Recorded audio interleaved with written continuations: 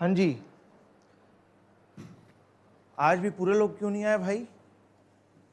Monday late, इतना late हुए हुए हैं हम लोग, उसके बावजूद कैसे हो? डिग्री तो इसलिए चाहिए कि कोई आपको मतलब बस इग्नोर मत करे, तो कम से कम। और ये भी है ना कि काफ़ी सारे कानूनों में अभी भी लिखा हुआ है कि for this job minimum required qualification BCom या कोई भी ग्रेजुएट डिग्री या पोस्ट ग्रेजुएट डिग्री, ये मिनिमम रिक्वायरमेंट लिखी रहती है। अगर वो लिखी हुई रह गई रूल की तरह, तब तो आप आउट हो गए। तो ग्रेजुएशन वगैरह तो आप लोग कर ही रहे हो, कर चुके हो, लेकिन स्किल आपको एक दिशा देता है कि इस डायरेक्शन में काम करना है, क्योंकि डायरेक्शन ना हजारों में एक होती है, 2-4 ऑप्शन में एक नहीं होती। 2-4 ऑप्शन तो ऊपर ऊपर से होते हैं, साइंस में जाना है कि कॉमर्स में जाना है कि आर्ट्स में जाना है कि बीएड करना है कि क्या करना है, ये ऊपर ऊपर से 4-5 ऑप्शन में क्लिक कर जाता है। सब 10th और 12th के आसपास यही सब सोचते रहते हो, लेकिन जैसे ही आप दिशा चुनते हो, जैसे बैंकिंग, तो आप कॉमर्स के अंदर 50 ऑप्शन के में से एक ऑप्शन में आप घुसे हो, कॉमर्स के अंदर भी। तो वो 50 ऑप्शंस क्या थे?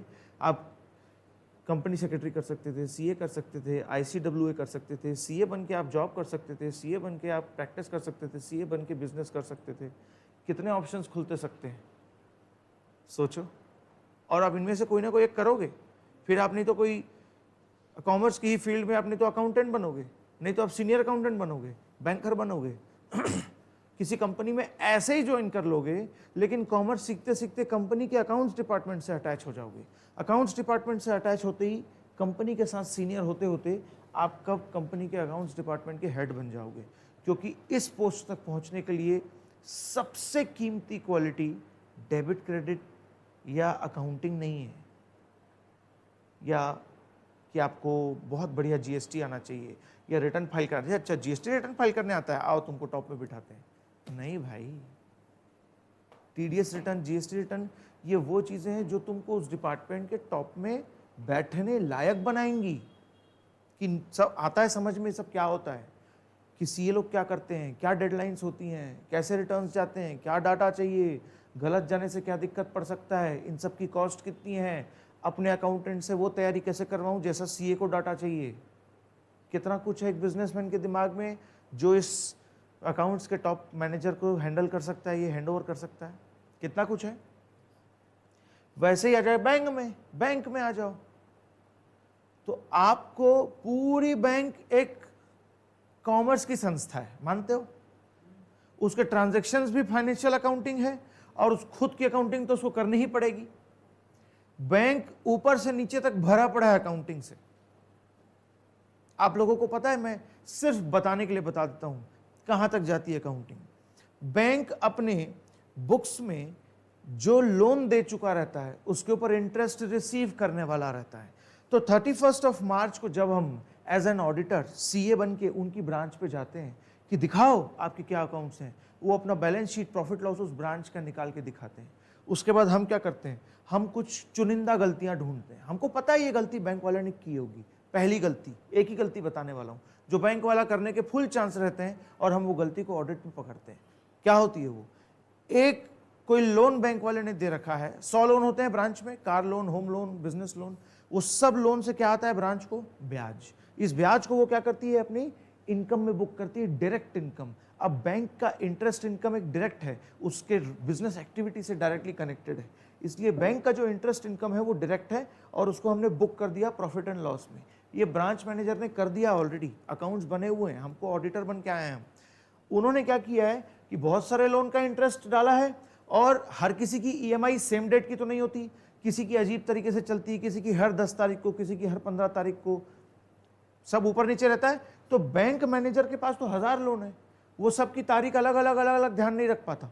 तो वो क्या करता है, अपने सिस्टम को बोलता है 31 मार्च तक का ब्याज निकाल के दो, जिसका जिसका ब्याज नहीं प्राप्त हुआ है उसको वो उठाएगा और अपने प्रॉफिट लॉस में भी बुक करेगा और करंट एसेट्स में भी डालेगा कि ये मेरे को मिलने वाला है, ये पैसा मेरे को रिसीव होने वाला है, ये ईएमआई रिसीव होने वाली है, अभी तक हुई नहीं है। तो रिसीवेबल अकाउंट डेबिट जो बैलेंस शीट में दिखेगा एज ऑन 31 मार्च और क्रेडिट करेगा अपने इंटरेस्ट इनकम को। अब बैंक वाले ने क्या कर दिया, अपनी इंटरेस्ट इनकम बुक कर दी। आरबीआई का नियम बोलता है कि अगर कोई अकाउंट एनपीए है या एनपीए जस्ट हुआ है या बहुत दिन से एनपीए है, तो उस व्यक्ति से अगर आपको कोई पैसा प्राप्त नहीं हुआ है, उसके बाद आप इंटरेस्ट बुक नहीं कर सकते कि रिसीवेबल मिलेगा मिलेगा। अरे नहीं मिलेगा भाई, तुमको वो एनपीए हो चुका है। आरबीआई का नियम नहीं मिलेगा, बल्कि जितना रिसीवेबल आज की डेट में खड़ा है उसको चलो रिवर्स मारो। आरबीआई का नियम है बैंकों के ऊपर, पता है, अकाउंट्स के ऊपर ही। हमको एज एन ऑडिटर जाके चेक करना पड़ता है, खदोल के निकालना पड़ता है अंदर से डाटा कि कैसे इतने सारे लोन में से कोई एक वो लोन मिल जाए जिसकी मदद से मैं ये गलती निकाल लूं कि बैंक वाले को ये रिवर्स करना पड़ेगा। अब अगर ये रिवर्स की एंट्री मैंने बैंक को निकाल के दे दी तो ऑफिशियली इसको नाम दिया गया है मेमोरेंडम ऑफ चेंजेस, एमओसी। यानी कि एक ऐसा नोट बना रहा हूं मैं कि मैं सजेस्ट कर रहा हूं कि आपको ये चेंजेस करने पड़ेंगे, मेमोरेंडम ऑफ चेंजेस। ये बना के हम आरबीआई को और बैंक के हेड ऑफिस को हैंडओवर कर देते हैं, हमारा काम खत्म। और ये वो बम है जो हर मैनेजर अपने ऊपर गिरने से बचाना चाहता है, एमओसी। वो नहीं चाहता उसका एमओसी बने। तो आप कहां हो इस रोल में? या तो आप बहुत अच्छी अकाउंटिंग मेंटेन करवा रहे हो तो आपकी ये गलतियां नहीं निकलेंगी। अगर आप ठीक ठाक लेवल पे अकाउंटिंग मेंटेन करोगे बैंक की तो ये सब चैलेंजेस आएंगे। और अगर आपको हल्का पतला खाली लाइफ सेट करनी है कि बस एक जॉब लग जाए, जीवन सेट है मेरा, तो वो होते हैं ना जो जॉब जिसमें खाली आपको बस डाटा एंट्री करनी है और काम खत्म और कोई काम नहीं है, तो प्रोग्रेस कहाँ है वहां पे? वहां तो तुमसे काम करवाने वाला तुमसे उम्मीद रखता है कि तुम बस चुपचाप रोज आओ, टाइम पे जाओ, एक भी छुट्टियां मत करो, बस अकाउंटिंग करो। तुम छुट्टी करोगे ना तो ये बात का दुख होगा कि भाई अकाउंटिंग मिस हो रही है, कैसे करें कैसे करें। तुम्हारे कंपनी में गायब हो जाने से क्या फर्क पड़ा? ठीक, तो आप लोग अपने आप को किस पोजीशन में एक्सपेक्ट कर रहे हैं? मेरे रोज आप लोगों को कुछ ना कुछ बताने की स्टोरीज रहेंगी कि एक अकाउंटेंट अगर बहुत हाई लेवल पे सोच ले तो क्या सोचे।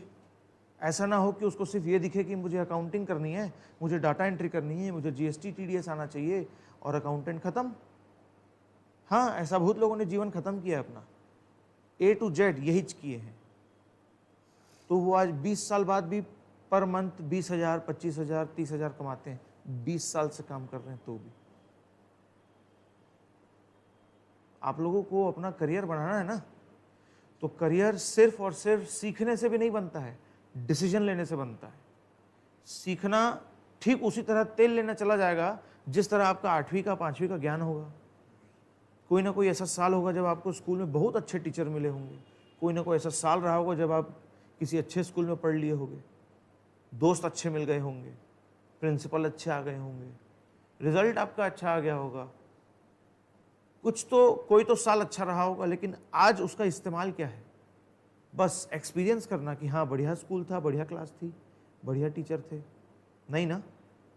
अल्टीमेटली तो कुछ करना है ना, कुछ तो करना है कि बस कुछ तो करना है। तो वही करो ना यार जिसमें मजा आ रहा है। तो अकाउंटिंग को अगर मजा नहीं आ रहा है ना तो प्रोफेशन मत बनाना, क्योंकि इसमें बहुत डीप स्कोप है, बहुत डीप। आपको मजा आना चाहिए, उसके बाद आपको अकाउंटिंग मजाक लगेगी और उतने डीप तक पहुंच जाओगे आप। आपके एब्सेंस से फर्क पड़ना चाहिए, आपके गैर हाजिरी से फर्क पड़ना चाहिए, ठीक। और इसका बहुत हाई लेवल तक कनेक्शन है, खाली tally accounting, accounting, data entry तक हम नहीं सोचेंगे, ठीक है। आज हमने टॉपिक ऐसा उठाया जो आप लोग मतलब क्लास 11th में पढ़े होंगे, बैंक रिकंसिलेशन स्टेटमेंट, ठीक है। बहुत एकदम बच्चों जैसी चीज। स्टेटमेंट को एंट्रीज को मैच नहीं, क्लोजिंग यानी कि बैलेंस को मैच करते हैं। क्लोजिंग भी यहाँ इंपॉर्टेंट नहीं है, ध्यान देना, क्लोजिंग भी यहाँ इंपॉर्टेंट नहीं है। यहाँ इंपॉर्टेंट क्या है? बैलेंस को मैच करते हैं। बैलेंस के बारे में हमने कुछ पढ़ा था शुरुआत में, जागृति, कि बैलेंस नाम की एक चीज होती है, कुछ बैलेंस शीट। और फिर एक अभी यही शब्द देख रहे हैं फिर से कि बैलेंस, कुछ शब्द दोबारा दिखाई दे रहा है। हम लोगों को बैलेंस शीट से बैलेंस याद आ रहा है क्या? आप लोग ये शब्द को आज इस क्लास से पहले सुन चुके होंगे, बैलेंस। कहाँ सुना है हम लोगों ने ये वर्ड? थोड़ा जोर से बोलो, ये शब्द और कहाँ सुना है? हाँ, ऑफिस में सुना है। किस संदर्भ में सुना है ये बैलेंस? हाँ, बैलेंस डाइट। यदि होटल में मैं चेकआउट कर रहा हूं रिसेप्शन से और वो रिसेप्शन वहां से चिल्ला के बोलती है सर बैलेंस है, तो मेरे को क्या समझना चाहिए कि वो कुछ थैंक यू बैलेंस रखी है या कुछ बिल पेंडिंग होगा? हाँ, तो ये बैलेंस शब्द कहाँ यूज हुआ? जो कॉमन है सुनने में। फिर एक और कॉमन सुनते हैं, मेरे अकाउंट का बैलेंस क्या है, मेरे पेटीएम का बैलेंस क्या है, मेरे वॉलेट का बैलेंस क्या है। मेरे मोबाइल में पहले बात करते थे बैलेंस क्या है, अब तो बैलेंस का कोई मतलब ही नहीं रह गया है ना, अनलिमिटेड है सब कुछ। तो ये जो बैलेंस शब्द है जिसको हम लोगों ने अभी अभी इस तरीके से समझा कि कहाँ देखने को मिलता है, अब इसको आप ये बताएंगे कि आप लोगों ने कहाँ कहाँ इसको कनेक्ट किया है। अब ये बैलेंस शब्द अपनी लाइफ से कहाँ कहाँ कनेक्ट कर सकते हो कि मेरी कौन सी चीज़ का क्या बैलेंस है, मुझे वो एग्जाम्पल दो। आपके अकाउंट का बैलेंस होगा कुछ, ठीक है, और वॉलेट का, वो तो यार मैंने ही बोल के दिखा दिया, और कुछ नया एग्जाम्पल दो। लाइफ को बैलेंस करना, और कहाँ कहाँ बैलेंस शब्द सुने हो। तो बैलेंस के कई मतलब हो सकते हैं, मैंने जैसा बताया। तो एक बैलेंस का ये मतलब होता है कि हाँ मैं गिर नहीं रहा हूँ, ये बैलेंस है, ये बैलेंस है, मतलब ना इधर ज़्यादा वजन जाने देना ना इधर ज़्यादा जाने देना, और दिशाएं 2 से ज़्यादा भी हो सकती हैं बैलेंस करने के लिए। ये 2 है, हो सकता है 6 हो और 6 के 6 बैलेंस करनी है।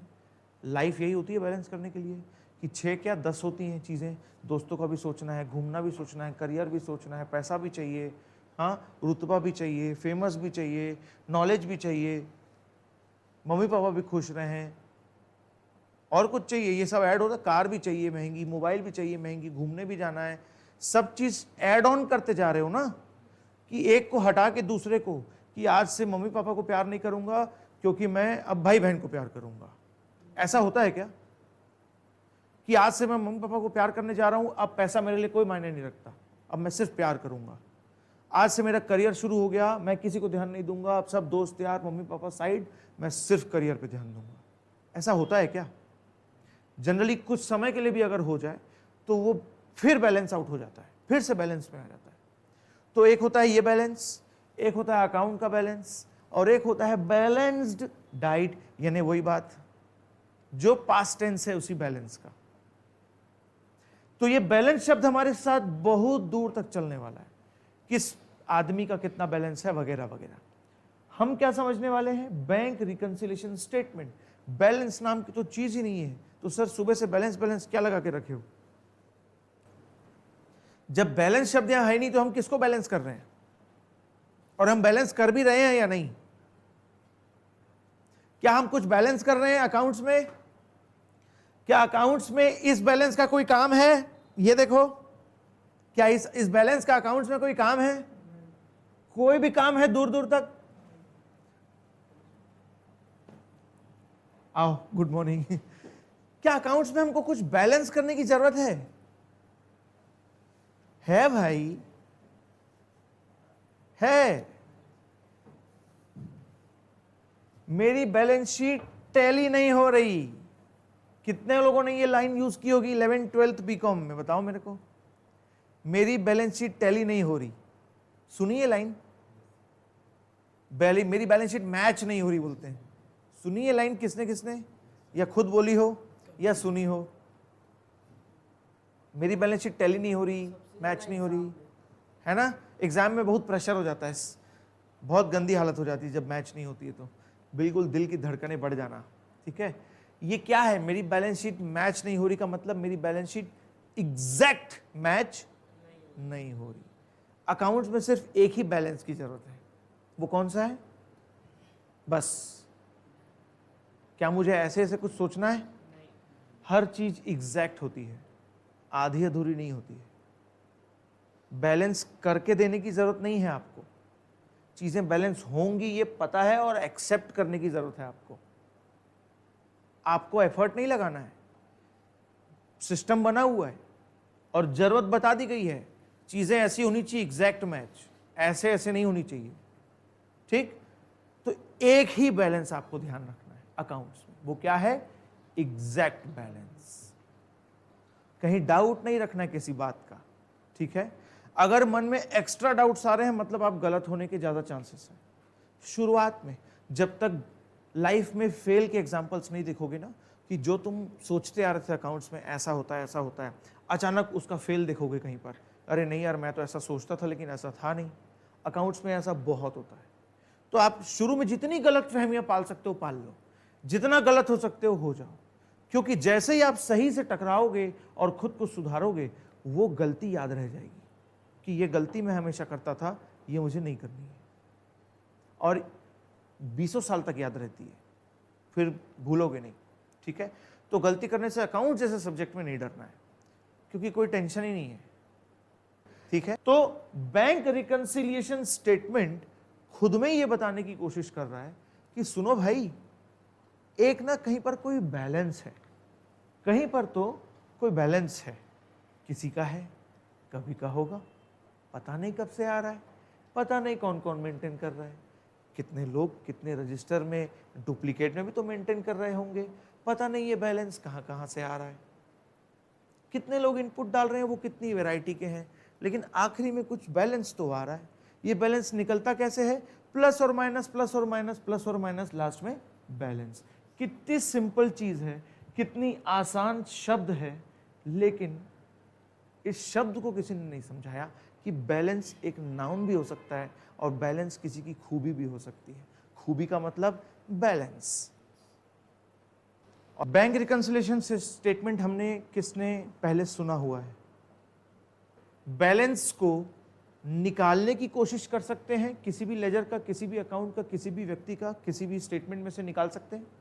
क्या हम लोग को इतना आता है, इतना मैथ्स आता है कि एक आपको ऊपर बैलेंस दे दिया जाए जीरो, जो बैलेंस का नाम है, वो भी जीरो भी एक बैलेंस होता है, ध्यान रहे, उसकी बराबर इज्जत है जितनी इज्जत 100 करोड़ के बैलेंस की है। तो दोनों में जो बैलेंस शब्द यूज हो रहा है, दोनों की औकात एक बराबर है, ध्यान रहे ये बात। जब वो जीरो बैलेंस के सामने बैलेंस लिखता है, तो वो बैलेंस अपनी संज्ञा की तरह बता रहा है कि सुन, मैं इसका बैलेंस हूं। वैसे ही जब 1 करोड़, 100 करोड़, 5000 करोड़ हो, तो वो बैलेंस भी बताता है कि सुन, मैं इसका बैलेंस हूं। कितना है वो बैलेंस? 5000 करोड़ है कि 10,000, मुझे फर्क नहीं पड़ता, मैं बैलेंस हूं। मैं कैसे निकला? कभी जीरो था, फिर plus minus plus minus plus minus हुआ, और लास्ट में मैं कुछ बचा हुआ हूं। मैं कौन हूं? मैं बचा हुआ हूं। Plus minus plus minus plus minus के बाद लास्ट में बचा हुआ हूं। मेरी इज्जत क्या है? कि ऊपर के सारे प्लस माइनस का मैं निचोड़ हूं। क्या है मेरी इज्जत? ऊपर के सारे प्लस माइनस का निचोड़ हूं। क्या मेरे साथ कोई इतनी भी कॉम्प्रोमाइज कर सकता है? मुझे जानने की कितने लोगों को जरूरत है? सबको, सबको। क्या मेरा एक्यूरेट कैलकुलेट होना जरूरी है?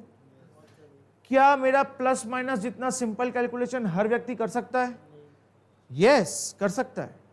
एक कम पढ़ा लिखा अनपढ़ भी बैलेंस समझता है। 50 रुपए का नोट देता है, 20 रुपए की चाय पीता है और 30 रुपए वापस लेता है। क्या वो बैलेंस को समझता है? सिंपल हो गए वो, प्रैक्टिस बेस्ड हो गए वो, मैथ्स नहीं सीखा उसने, लॉजिक नहीं सीखा। लेकिन क्या वो इतना बैलेंस का साइंस समझ गया कि बैलेंस नाम की कोई चीज ऐसे कैलकुलेट होती है कि मेरे हाथ में 100 रुपए थे और वो मेरे से 50 रुपए लेने वाला है, तो मुझे 50 वापस करेगा, ये मुझे पहले से पता है? क्या इतना कैलकुलेशन हमको आता है? और फिर धीरे धीरे थोड़े से टफ करते जाओ कि 400 रुपए में से 372 रुपए माइनस करो तो कितने बचे? 400 रुपए में से 372, ये है फास्ट मैथ्स। और फास्ट आना चाहिए था। मैं सवाल बोलते बोलते मैं कैलकुलेट कर चुका था अपने मन में। कोई बात नहीं, जब सामने से कोई गोली मारता है ना, तो थोड़ा पहले रजिस्ट करना पड़ता है हल्का सा, कोई बात नहीं, चलेगा उतना। लेकिन इतनी फास्ट कैलकुलेशन अगर आपकी है, तब आपको बोलना कि मुझे मैथ्स में प्रैक्टिस की और ज़रूरत है। मतलब आपको अगर सॉरी इतनी मैथ्स नहीं आ रही है, अगर आपको फास्ट तो आपको लगना चाहिए कि मुझे प्रैक्टिस करने की ज़रूरत है। मैथ्स आंख बंद कर करके 10 माइनस 10 करने से शुरू करो कि 10 में 5 माइनस करूंगा तो कितना बचेगा। मैथ्स के गेम आते हैं सिंपल, सुडोकू वगैरह, वो खेलो, एकदम सिंपल गेम्स। अगर लगता है ना कि मैथ्स पे काम करना है, अगर लगता है कि फ़र्क नहीं पड़ता, तो कोई फ़र्क सच में नहीं पड़ता, फिर वो ढूंढो जहां फ़र्क पड़ता है। जैसे कि आप लोग ऐसे लोगों को कभी देखे होंगे जिन लोग कुछ और काम करते हैं लेकिन गाते बहुत अच्छा है, ठीक है, फिर वो लोग यहां वहां स्टेज में गाते हुए भी दिखेंगे। अब फर्ज करो कि किसी ने बहुत गंदा सुना दिया, उनको बेइज्जती मार दी, वो भी ऐसे किसी व्यक्ति ने जिसको संगीत का ज्ञान होगा, कोई ऐसा ही रोड में चलता हुआ आदमी नहीं, कोई गुरु होंगे, और वो गंदा सुना दिए, गंदा सुना दिए। क्या गाते हो तुम, टाइम वेस्ट कर रहे हो। उस व्यक्ति के पास उस दिन दो चॉइसेस होंगी, उसी दिन दो चॉइसेस होंगी, क्या सिंगिंग मेरी चीज है या नहीं। अगर है तो वो जो मर्जी करेगा लेकिन वो रुकेगा नहीं, सीखेगा, और चाहे मुंह पे वापस गाली देगा, चाहे साबित करके दिखाएगा, जो मर्जी हो सकता है, क्योंकि वो डिसाइड कर लिया उस दिन कि ये मेरी चीज है। या तो उस दिन वो पूरी तरह इग्नोर कर देगा उस बात को, कोई बात नहीं, सही बोल रहे हैं, बिना मतलब और मजाक नहीं बनवाना खुद का, ऐसा बोलेगा खुद से, और फिर वो ढूंढने लगेगा कि किस चीज से मेरे को फर्क पड़ता है। तो कभी ना कभी कोई ना कोई इंसिडेंट आपको वो याद दिलाता है कि आपको क्या बनने की जरूरत है, कौन सी चीज आपको इमोशनल करती है, कौन सी चीज आपको मजबूत बनाती है, हल्का नहीं। जैसे खेत में किसान बनना मुझे मजबूत फीलिंग देगा, मान लो, तो अब अगला लॉजिक क्या है कि कैसे किसान करोड़पति बन सकता है। सिर्फ यही तो सवाल पूछना है यार, कैसे कर रहे हो।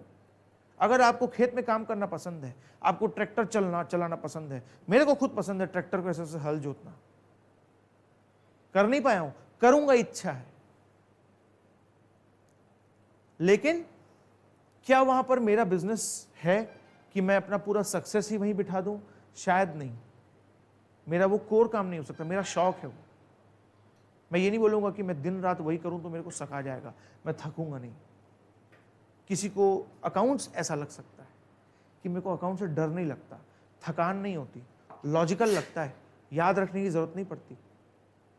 जैसे साइंस में फॉर्मूले होते हैं ना, यहां पर उससे 1000 गुना ईजी होते हैं, वैसे ही फॉर्मूले सिमिलर टाइप के, रेशियोज एंड फॉर्मूले 1000 गुना ईजी होंगे, लेकिन यहां पर दूसरा फैक्टर ज्यादा इंपॉर्टेंट है, वो है लॉजिक। कॉमन सेंस से अगर हट गए आप तो आप अकाउंट्स में टिक नहीं सकते। कॉमन सेंस किसको बोलते हैं, जो सामने दिख रहा है सबसे सिंपल नॉर्मल, उसको नॉर्मल की आंखों से देख पाओ। आज हम लोगों ने जानबूझ के एक बहुत इजी टॉपिक निकाला, बहुत ही ऐसा जो सुना हुआ भी है और अगर नहीं तो समझने में फिर भी बहुत आसान है। बैलेंस रिकंसिलिएशन नहीं, स्टेटमेंट नहीं, बैलेंस रिकंसिलिएशन। वो शब्द यहाँ पर मैंने लिखा भी नहीं है, लेकिन जोड़ मरोड़ के देखो तो वो लिखा हुआ है। और ठीक ऐसे ही अकाउंट्स में एक एक शब्द की अपनी इज्जत होती है।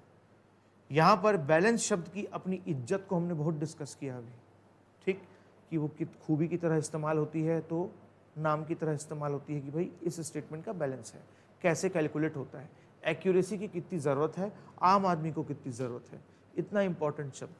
क्या ये बैलेंस दो लोगों के हिसाब से अलग अलग कैलकुलेट हो सकता है?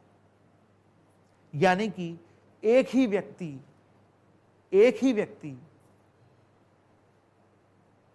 दो व्यक्ति एक ही बैलेंस को दो तरीके से निकाल सकते हैं? क्या वो गलतियां कर सकते हैं? क्या एक ही टाइप के ट्रांजैक्शंस को दो लोग एंट्री करें तो क्या दोनों में फर्क बैलेंस का आ सकता है? एक ही चीज की एंट्री करनी है, सिंपल सी बात है। कृष्णा के साथ मेरी लेन देन शुरू होती है। भाई को मैं देता हूं 50,000, तो हम दोनों नोट करेंगे, ठीक है? ऐसे ही होगा खुशबू? फिर वो मुझे 10,000 देंगे, क्या हम फिर नोट करेंगे? बैलेंस कितना बचा? 40 क्या? 40,000 क्या? 40,000 क्या? बैलेंस की इज्जत उसके शब्द से जुड़ती है, receivable, payable, debit, credit, asset, liability, ये बैलेंस की इज्जत को जोड़ते हैं, नहीं तो बैलेंस समझ में आएगा क्या? सो हम दोनों का बैलेंस है 40,000, इसका मतलब निकालो। ये तो आपको पहले पता चला ना ट्रांजैक्शन देख के, अभी मैं सिर्फ इतना बता रहा हूं, हम दोनों का बैलेंस है 40,000। बताओ इसका बैलेंस का अर्थ निकाल के दिखाओ, और इस अर्थ की क्या वैल्यू है ये बताओ। हम दोनों का बैलेंस है 40,000, क्या मैं झूठ बोल रहा हूं? नहीं, मैंने ये नहीं लिखा एसेट है, लायबिलिटी है, रिसीवेबल है, या डेबिट है, या पेबल है, या क्रेडिट है, मैंने कुछ नहीं लिखा। हम दोनों का बैलेंस है 40,000, मैंने झूठ बोला? क्या हमारे अकाउंट्स एक्यूरेट हैं? लेकिन क्या हमारे अकाउंट्स से मतलब निकल रहा है कुछ? अब उस बैलेंस की इज्जत कौन बढ़ा रहा है कि वो बैलेंस डेबिट है या क्रेडिट है, रिसीवेबल है या पेबल है, एसेट नेचर का है या लायबिलिटी, तब पता चलेगा उस बैलेंस की मेन इज्जत। नहीं तो उस बैलेंस को कैलकुलेट क्यों कर रहे हो? मत करो ना, क्या फर्क पड़ता है जब बैलेंस निकालने का कोई आउटपुट ही नहीं है।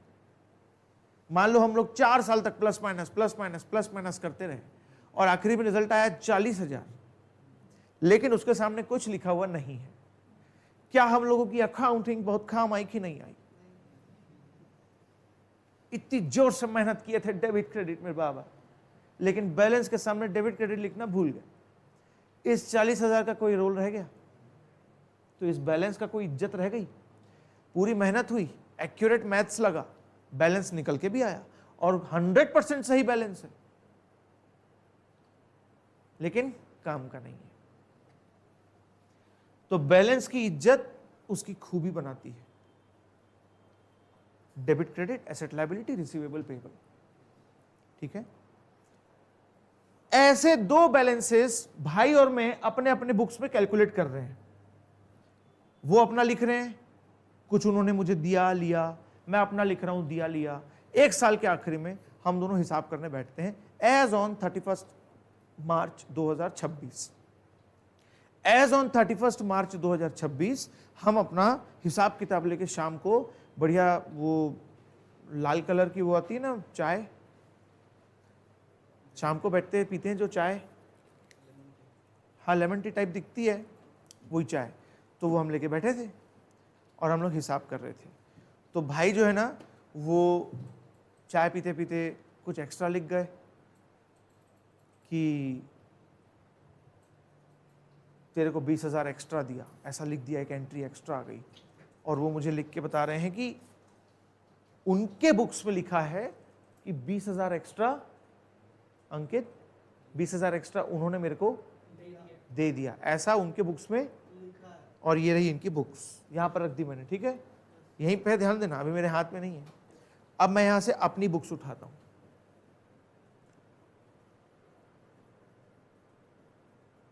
यार वो 20,000 तो उसने दिए ही नहीं है, मेरा बैलेंस कम दिखा रहा है, उनका बैलेंस ज्यादा दिखा रहा है, मतलब कुछ ऊपर नीचे है, 20,000 का फर्क आ गया। बैलेंस में मैच है कि मिसमैच? ध्यान से समझना, ये रख दिए मैंने अपने बुक्स, ठीक है? इधर ही ध्यान देना, ये मेरी बुक्स है और ये कृष्णा की बुक्स है। दोनों ने अपना अपना बैलेंस निकालने की कोशिश की, दोनों का बैलेंस मैच है या मिसमैच? क्या दोनों को एक करने की जरूरत है? नहीं तो हिसाब आगे बढ़ेगा क्या? क्या दोनों को रिकंसाइल करने की जरूरत है? क्या दोनों को करेक्ट करने की जरूरत है? क्या दोनों को रिकंसाइल करने की जरूरत है का मतलब ये एक बैलेंस है, ये एक बैलेंस है, दोनों एक ही सब्जेक्ट पे बनाया गया है, एक ही बात कह रहे हैं, लेकिन दोनों का बैलेंस अलग अलग आ रहा है। इन दोनों को रिकंसाइल करते हैं। चलो, रिकंसाइल मतलब करेक्शन करते हैं, मैच करने की कोशिश करते हैं, या फिर दूसरे शब्दों में चलो डिटेक्टिव बनते हैं और ढूंढते हैं कि ये फर्क क्यों है। ये फर्क सिर्फ हवा में नहीं निकालेंगे, इसको लिखित में बनाना पड़ेगा। आज हमारा प्रैक्टिकल इसी के ऊपर है, ठीक है। बैंक रिकंसिलिएशन स्टेटमेंट करेंगे क्या हम लोग, अपने अपने नोटबुक्स निकालेंगे और मैं सवाल एक लिख के दूंगा और आप लोग मुझे उस नोटबुक में एक आंसर लिख के देंगे जो फॉर्मेट में आपको बना के दे रहा हूं कि आंसर इस फॉर्मेट में होगा। लगाना सिर्फ सिंपल प्लस माइनस है और सही तरीके से मेंशन करने आना चाहिए, ठीक है। चलो हाँ जी, किसको किसको ये समझ में आ रहा है? सिंपल इंग्लिश है और डेबिट क्रेडिट अगर समझ में नहीं आता तो कोई बात नहीं, लेकिन कम से कम उसको छोड़ के बाकी समझ में आ रहा है कि नहीं? सिंपल इंग्लिश है। क्या लिखा है पहला लाइन? बैंक बोलती है कि सुनो आपका ये लोन बैलेंस है, कितना बोल रही है और मेरे तरफ से लोन बैलेंस कितना है, मतलब वही लोन है और वही बैलेंस है जो हम दोनों ने कैलकुलेट किया है, लेकिन फर्क आ गया कुछ अमाउंट का। क्रेडिट डेबिट को भूल भी जाओ तो क्या हम इतना समझ पा रहे हैं कि हाँ कुछ बैलेंस है जो मिसमैच है? समझ में आ रहा है? कुछ बैलेंस है जो मिसमैच है। क्या मैं क्रेडिट डेबिट को बिल्कुल इग्नोर कर दूं, यहां से भूल जाओ कि लिखा है यहां? क्या आप भूल पा रहे हो?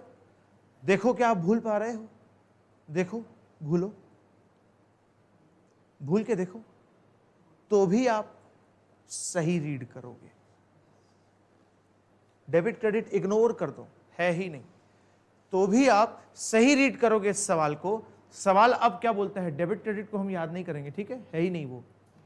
Loan balance as per bank 1 lakh, loan balance as per me 80,000। क्या इतना समझ में आ रहा है कि गड़बड़ अभी भी दिख रही है और मतलब भी समझ में आ रहा है? लेकिन जब आप रिकंसाइल करने जाओगे तब आपको उसका बैलेंस जानना जरूरी है, उसका नेचर जानना जरूरी है। ये बैलेंस डेबिट था या क्रेडिट था, क्योंकि वहां पर अकाउंट्स की एंट्री हो जाती है। सिर्फ इंग्लिश नहीं चाहिए। अकाउंट्स बोलता है कि आपको डेबिट क्रेडिट भी याद रखना है, ध्यान रखना है बैलेंस कैलकुलेशन के लिए। यहां पर अगर 20,000 रुपए कम है तो नोट हमको उसका आंसर भी दे चुका है, देखो पढ़ो। क्या आप उस 20,000 के फर्क को क्लियर कट देख पा रहे हो? क्यों हुआ है वो 20,000 का फर्क? चेक दिया हुआ है लेकिन क्लियर नहीं हुआ है। तो मैंने जैसे ही ये चेक मुंह पे दे मारा, मैंने अपने बुक्स में एंट्री क्या कर दी? Loan account debit to bank. क्या लोन मेरे बुक्स में घट गया? क्या लोन मेरे बुक्स में घट गया? मैंने एंट्री कर दी पेमेंट की, तो लोन घट गया। इतना समझ में आता है? लोन घट गया मेरे बुक्स में, तभी तो बैलेंस कम दिख रहा है, क्योंकि बैंक को पैसे अभी तक रिसीव नहीं हुए हैं। तो बैंक क्या उसकी रिसिप्ट की एंट्री मार देगा क्या? तो मेरे बुक्स में लोन अभी भी ज्यादा दिख रहा है, क्योंकि मेरे को पैसे रिसीव ही नहीं हुए हैं सामने वाले से, ठीक है। तो मेरे बुक्स में कम क्यों है और बैंक्स की बुक में ज्यादा बैलेंस क्यों दिख रहा है? ये समझ में आता है? इतना समझ में आता है कि एक चेक नाम की चीज थी जिसमें ये गलती हुई और क्लियर नहीं हुआ और उसकी वजह से बैलेंस मिसमैच हो गया, बैलेंस मिसमैच हो गया, बैलेंस में फर्क आ गया। क्या हम उसी सिचुएशन में आ गए?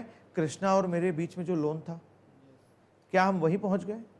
क्या हम याद कर पा रहे हैं कि जब दो लोगों के बीच में हिसाब में बैलेंस बिगड़ता है तो झगड़े भी हो जाते हैं, मारपीट हो जाती है, मार काट हो जाता है, मर्डर हो जाते हैं, होते हैं। तो बैलेंस कितना इंपॉर्टेंट है, किसी की जान ले सकता है।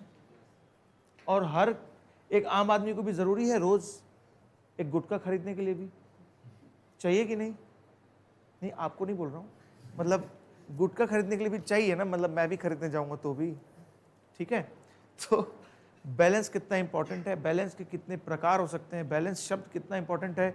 आज तक लाइफ में इस शब्द पे 1 घंटा किसी ने लेक्चर दिया होगा आपकी लाइफ में भाई, कि बैलेंस नाम के शब्द के ऊपर भी 1 घंटा लेक्चर दिया जा सकता है? नहीं ना। तो मैं आज उसकी इंपॉर्टेंस बताने जा रहा हूं, क्योंकि अगली जो बात है वो तो इतनी लॉजिकल है कि 1 सेकंड में समझ जाओगे। जहां पर गियर अटका था ना पूरी लाइफ टाइम, वो गियर मैंने आज ढीला कर दिया, हटा दिया। अभी जो बोलने जा रहा हूं ये 1 मिनट का लॉजिक है खाली, ये आप लोगों ने सुना होगा और ये भूल चुके होंगे, ठीक, कि बैंक रिकंसाइल होता कैसे। अरे रिकंसाइल करना है, कितना सिंपल मैटर है। दो लोगों का बैलेंस बिगड़ा हुआ है, उस बैलेंस का फर्क ढूंढ के एक रिपोर्ट बना के लिख दो, और कुछ इस प्रकार से लिख दो कि ऊपर और नीचे का बैलेंस गलत और सही दोनों एक साथ दिख जाए, और बीच का फर्क उसको कैलकुलेशन के साथ लेके जाए। यानी कि प्लस माइनस जब करूं तो आखिरी में अपने आप वो वाला बैलेंस आए जो कहीं ना कहीं दिख रहा है। तो ऊपर वाला बैलेंस कहीं ना कहीं दिख रहा है, कृष्णा के में दिख रहा है opening balance, balance as per Krishna, balance as पर संकल्प, दोनों दिख रहा है।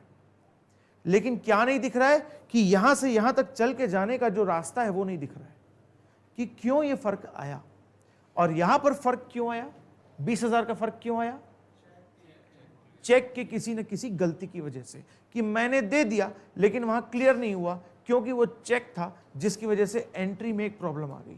क्या प्रॉब्लम आ गई कि क्या मैंने चेक देने के बाद एंट्री करके गलत किया? बिल्कुल नहीं। चेक एक बहुत इंपॉर्टेंट इंस्ट्रूमेंट है भाई, उसमें गवर्नमेंट को अधिकार दिया गया, गवर्नमेंट के रूल्स के माध्यम से, एक्ट्स के माध्यम से उस चेक को बहुत बड़ा अधिकार मिला है, उसको पावर मिली है। तो अगर आप किसी व्यक्ति को चेक दे देते हो ना, तो ये मान लिया जाएगा कि आपने पेमेंट कर दी है। अब अगर वो चेक बाउंस हुआ ना, तो ये माना जाएगा कि आपका इंटेंशन गलत था, इसीलिए चेक बाउंस बर हो जाने से आप क्रिमिनल बन जाते हो, सिर्फ बाउंस हो जाने से। हाँ, इतना बड़ा क्राइम नहीं माना गया है, इसीलिए 1 महीने का 28 दिन का आपको टाइम दिया जाता है कि गलती सुधार लो।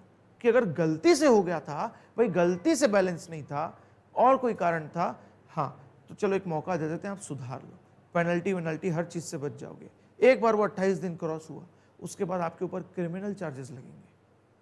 कोई भी आपको मतलब सूट कर देगा और बहुत भारी भरकम नुकसान होने वाला है आपको, समय का, वकील का, पैसों का। हो सकता है जज आपके अगेंस्ट बोल दे तो पेनल्टी भी भरनी पड़ेगी, ब्याज भी भरना पड़ेगा, सामने वाले की मानसिक तनाव का भी पैसा आपको भरना पड़ेगा, ये सब भरना पड़ेगा। चेक इतना खतरनाक इंस्ट्रूमेंट है। तो जब चेक किसी को जारी हुआ और वो बैलेंस बिगड़ गया, तो हमारा काम है उसको मैच करना। हम दोनों के बैंक के स्टेटमेंट को, दोनों के स्टेटमेंट को समझेंगे कि किस स्टेटमेंट में क्या गलती थी और उस गलती को कैसे लिखा जाता है, तब जाके एक रिपोर्ट बनती है, जिस रिपोर्ट का नाम क्या है, यस, तब उस रिपोर्ट का नाम है, थोड़ा आपने ज्यादा अच्छा बोल दिया, मैं ये बोलने जा रहा था, रिकंसिलिएशन स्टेटमेंट। जब दो बैलेंस को रिकंसाइल करने वाली कोई स्टेटमेंट बनती है तो वो क्या कहलाती है, दो बैलेंस को रिकंसाइल करती है। ठीक है, अब ये दो बैलेंस दुनिया के कोई भी बैलेंस हो सकते हैं। मेरे साथ इलॉन मस्क का लेन देन भी एक बैलेंस है। इलॉन मस्क मेरे को पैसे लग रहा है, बाकायदा डेबिट बैलेंस है मेरा, मेरे बुक्स में एसेट्स की तरह मैं इलॉन मस्क दिखाता हूं, बाकायदा बैलेंस है। कितना बैलेंस है, क्या मैं ये बोल सकता हूं? तो बैलेंस दुनिया में है, हर जगह है। क्या मेरा अमिताभ बच्चन के साथ बैलेंस है? प्यार मोहब्बत का बैलेंस है। मैंने उसको प्यार किया था, उसकी तरफ से प्यार नहीं आया है, तो उसकी तरफ से लेवल कितना है अभी? 0। बैलेंस है वो। मैंने 100 रुपए का प्यार दिया उसको, और वो 100 रुपए का जब तक लौटाएंगे नहीं मेरे जीवन काल में, तब तक वो बैलेंस रख सकता हूं मैं? क्या याद रख सकता हूं? बैलेंस की इंपॉर्टेंस समझ रहे हो? किसी से एक खत बैलेंस होता है ना, आजकल होता है क्या? नहीं, आजकल चैट होता है, हाँ, कि ब्लू टिक भी हो गया फिर भी रिप्लाई नहीं आया, तो वो रिप्लाई क्या है? बैलेंस है। एक्सपेक्टेड होगा ना, मतलब आएगा करके होता है ना, पूरा 12-12, 24-24 घंटे भी वेट कर लेते हो ना कई बार, बिना कुछ चू किए, बस वेट कर रहे हो चुपचाप, क्योंकि डर भी लग रहा है और वेट भी हो रहा है। फिर धीरे धीरे वो पारा छूटता है और फिर आप मैसेज करना शुरू कर देते हो। ऐसा होता है कई बार।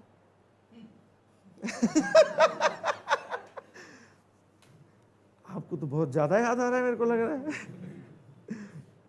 चलो, तो किससे कितना लेन देन बाकी है, इसको हम क्या बोलते हैं? बैलेंस।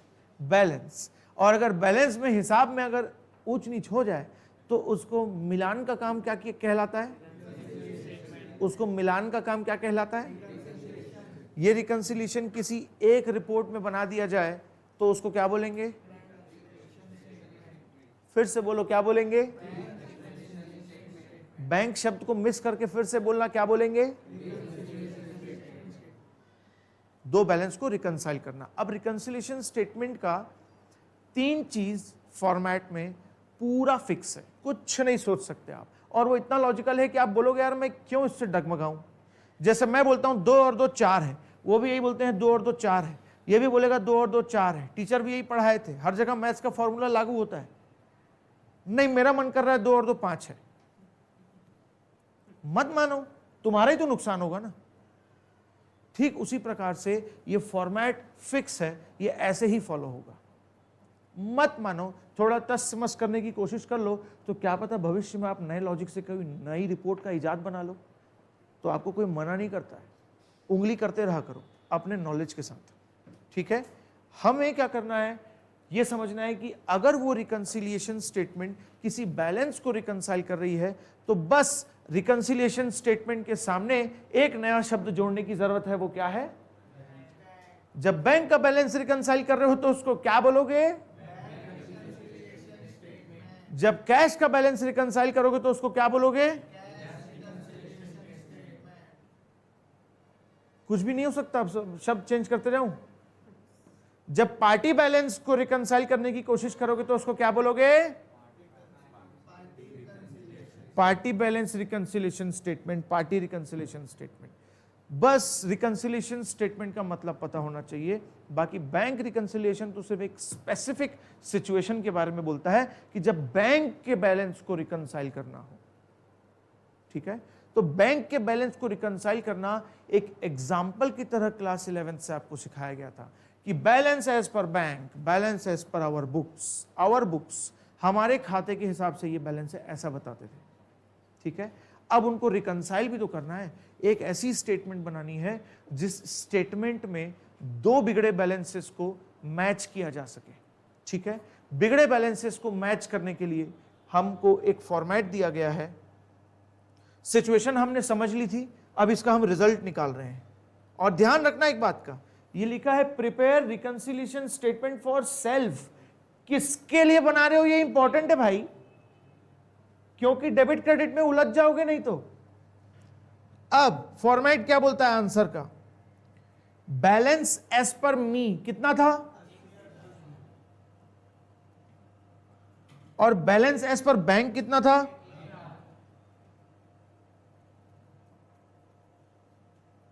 अब बीच में ऐसा क्या लिख लूं कि मेरे को कुछ फर्क पड़ जाए? नहीं यार, मेरे को ना इंग्लिश में नहीं लिखना है कुछ, मेरे को सिंपल मैथ्स बताओ। क्या लिख लूं यहां पर? मैं यहां क्या लिख लूं और उसको प्लस करूं कि माइनस करूं? ये मतलब सामने का सिंपल मैथ्स देख के बता रहे हो मेरे को? प्लस क्यों करूं भाई, किस खुशी में करूं? बस क्योंकि 80 से 100 में पहुंचना है।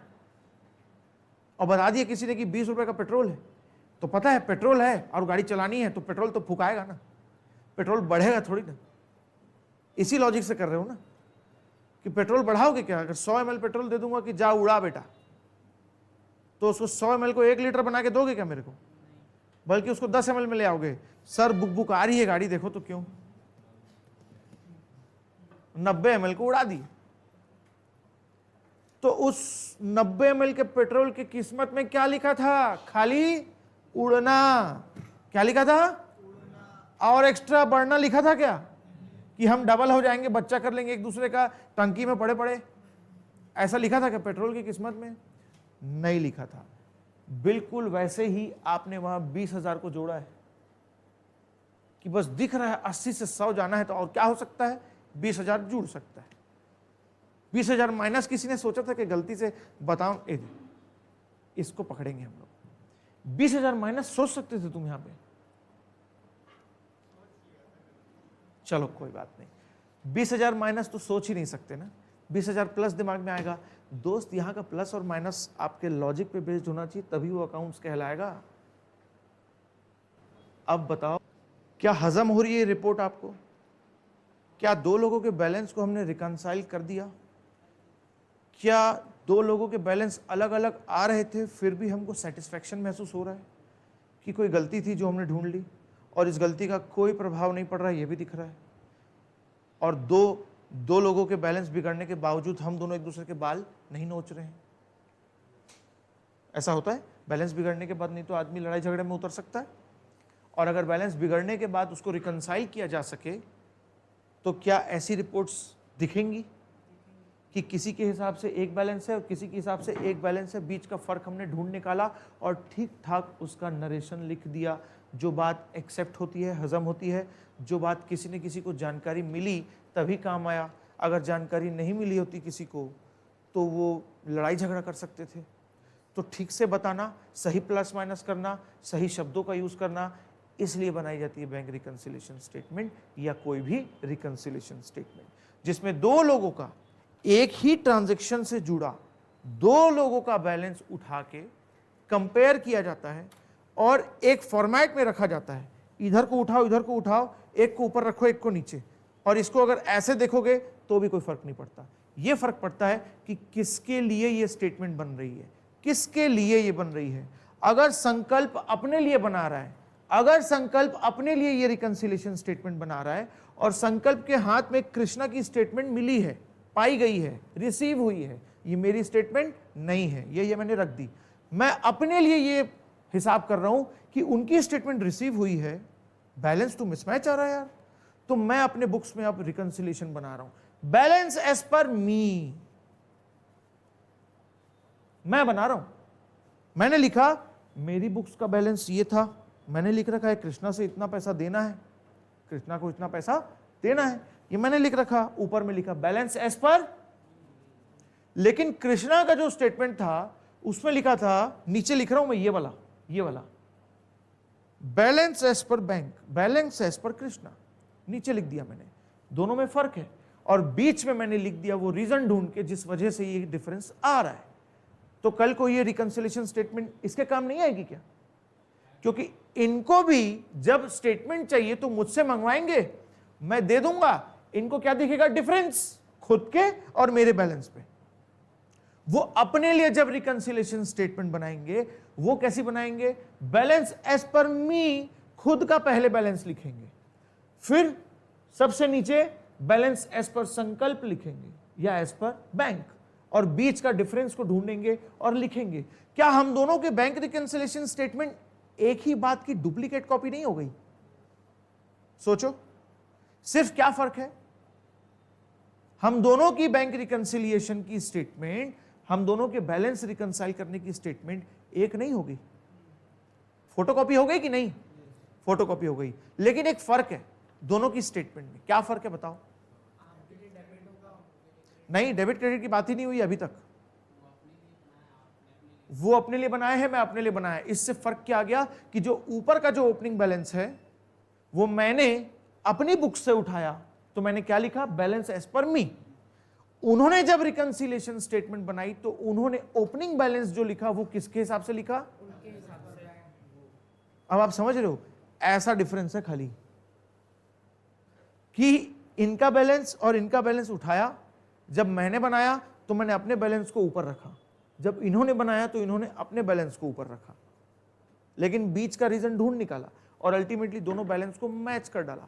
तो जब बिगड़े हुए दो बैलेंसेस को मैच करना ही रिकंसिलिएशन कहलाता है, तो दुनिया में कोई भी बनाए दो बैलेंस को रिकंसाइल करेगा तो वो फोटोकॉपी ही बनाएगा उसकी।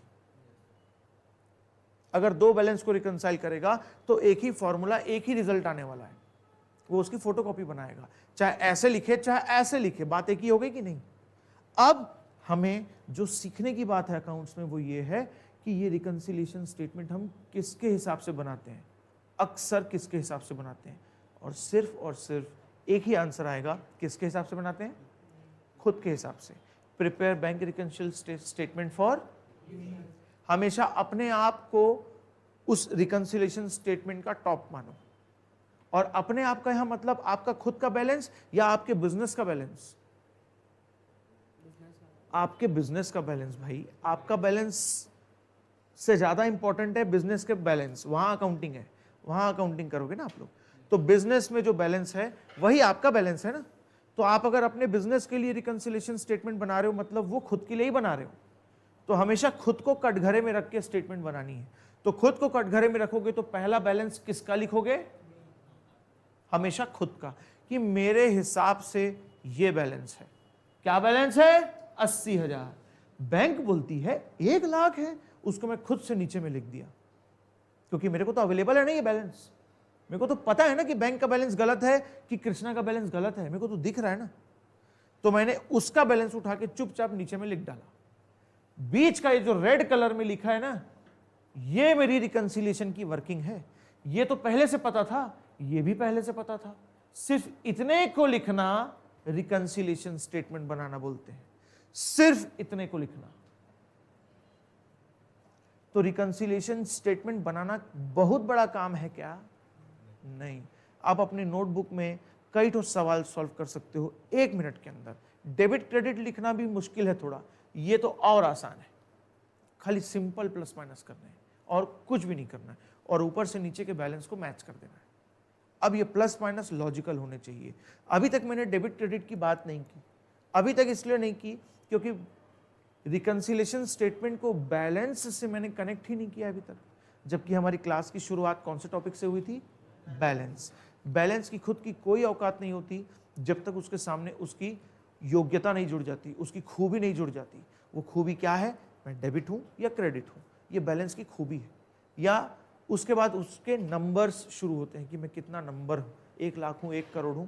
इस बैलेंस का जब रिकंसिलिएशन आता है तब अलग अलग सिचुएशन के हिसाब से रिकंसिलिएशन स्टेटमेंट अलग अलग लोगों के लिए, अलग अलग लोन के लिए अलग अलग तरीके से बनाई जाती है। ठीक है, समझ में आ रहा है? रिकंसिलिएशन स्टेटमेंट हम इतना समझ पाए कि क्यों बनाते हैं, हम इतना समझ पाए कि क्या बनाते हैं, हम इतना समझ पाए कि कम से कम सिंपल वाला कैसे बनाते हैं, कम से कम सिंपल वाला। अब आगे अगले पड़ाव में मुश्किल में चलेंगे ना। अभी सिंपल समझ लिए हम लोग, ठीक है। तो ये 20,000 को ना तो मैंने प्लस किया ना तो मैंने माइनस किया, लेकिन दिख रहा है कि 80 से माइनस करूंगा तो उल्टा 60 आ जाएगा, 80 से प्लस करूंगा तो रिजल्ट सही आ जाएगा। तो मेरे को फर्क ही नहीं पड़ता, इसके प्लस माइनस को देखने में मैं ज्यादा दिमाग लगाऊंगा ही नहीं, क्योंकि इसका प्लस माइनस इतना सिंपल लॉजिक है कि कभी नहीं फंसोगे वहां पर। आपको सिंपल लॉजिक क्या लगाना है? मेरी बुक्स के हिसाब से 80,000 क्यों था? क्योंकि मैंने पेमेंट की एंट्री मार दी थी।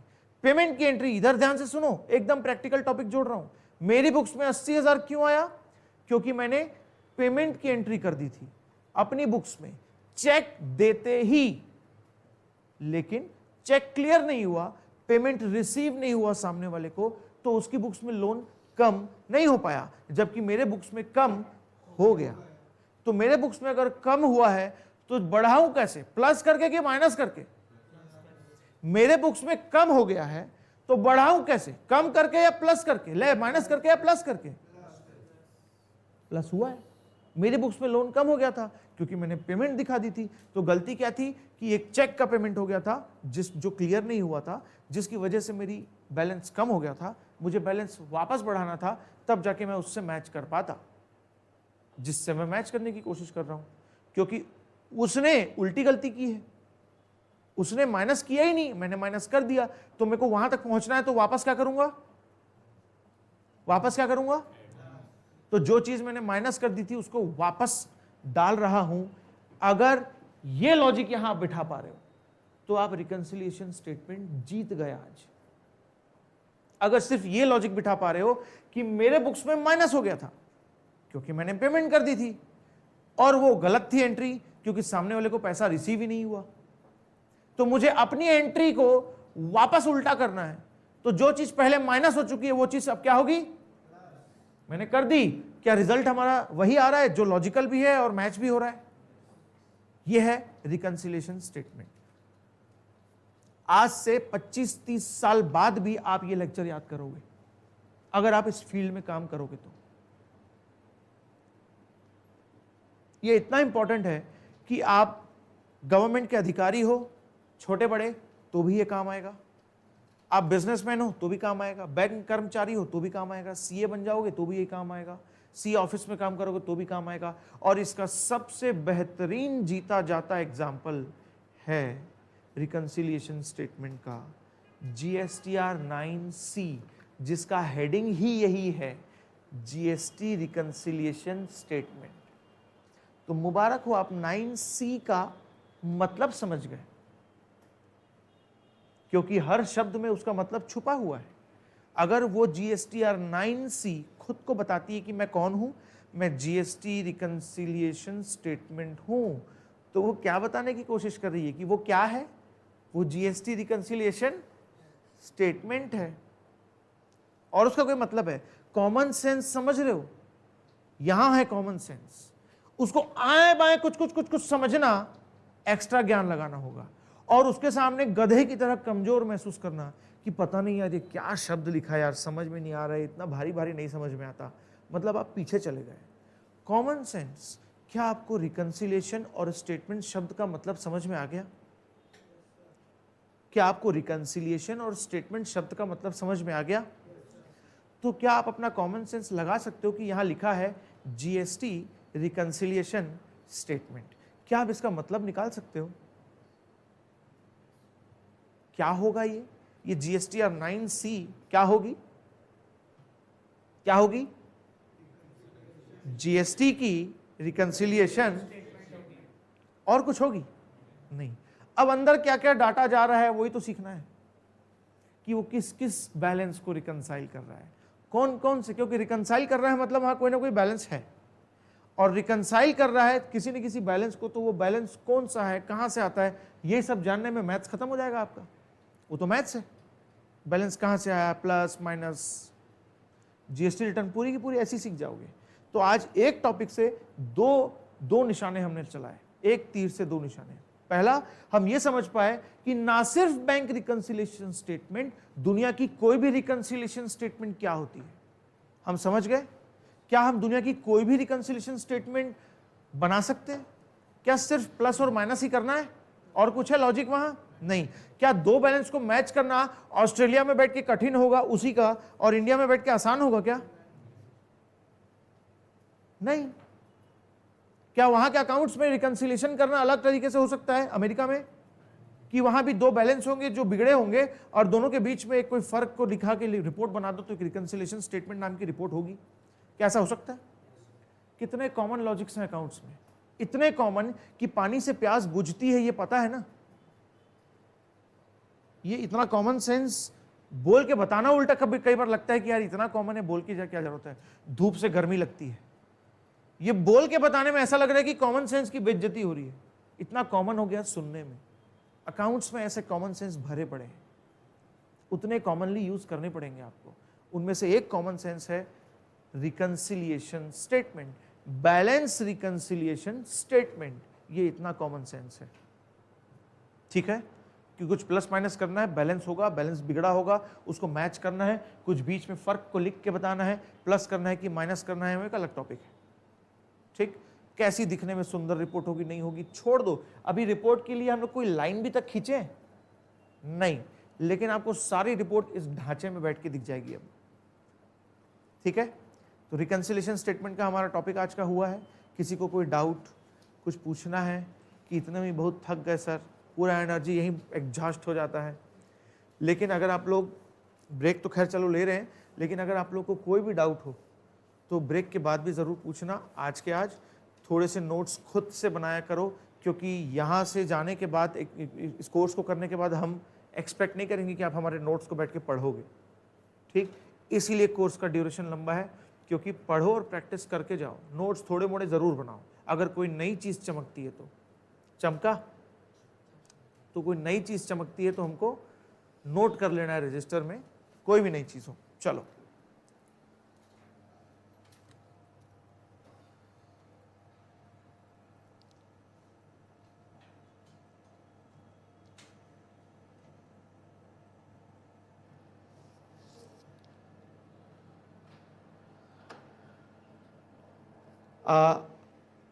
ब्रेक के बाद हम इस टॉपिक पे कुछ रजिस्टर पे सवाल करेंगे प्रैक्टिकल। ठीक है।